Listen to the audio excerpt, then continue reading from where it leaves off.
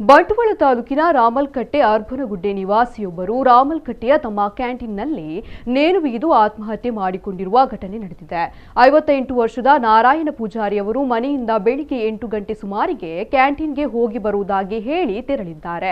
ಆದರೆ ಬಳಿಕ ಅವರು ಕ್ಯಾಂಟೀನ್ನಲ್ಲೇ ನೇಣು ಬಿಗಿದುಕೊಂಡ ಸ್ಥಿತಿಯಲ್ಲಿ ಪತ್ತೆಯಾಗಿದ್ದಾರೆ. ಆತ್ಮಹತ್ಯೆಗೆ ನಿಖರ ಕಾರಣ ಇನ್ನೂ ಕೂಡ ತಿಳಿದು ಬಂದಿಲ್ಲ. ಸದ್ಯ ಬಂಟ್ವಾಳ ಪೊಲೀಸರು ಈ ಬಗ್ಗೆ ಪ್ರಕರಣ ದಾಖಲಿಸಿಕೊಂಡು ತನಿಖೆ ಮುಂದುವರೆಸಿದ್ದಾರೆ.